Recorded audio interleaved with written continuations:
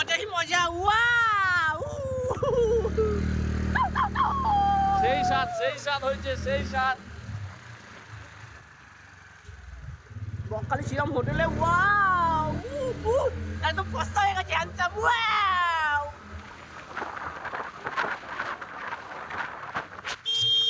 আমাদের ড্রাইভারের শিখে যাচ্ছে চালাতে চালাতে। কোনদিকে যাবো বলা? ড্রাইভার মানে কি, ড্রাইভার নিয়ে এসেছে, রাস্তায় চিনতে পারছে না। চিনতে পারছে না।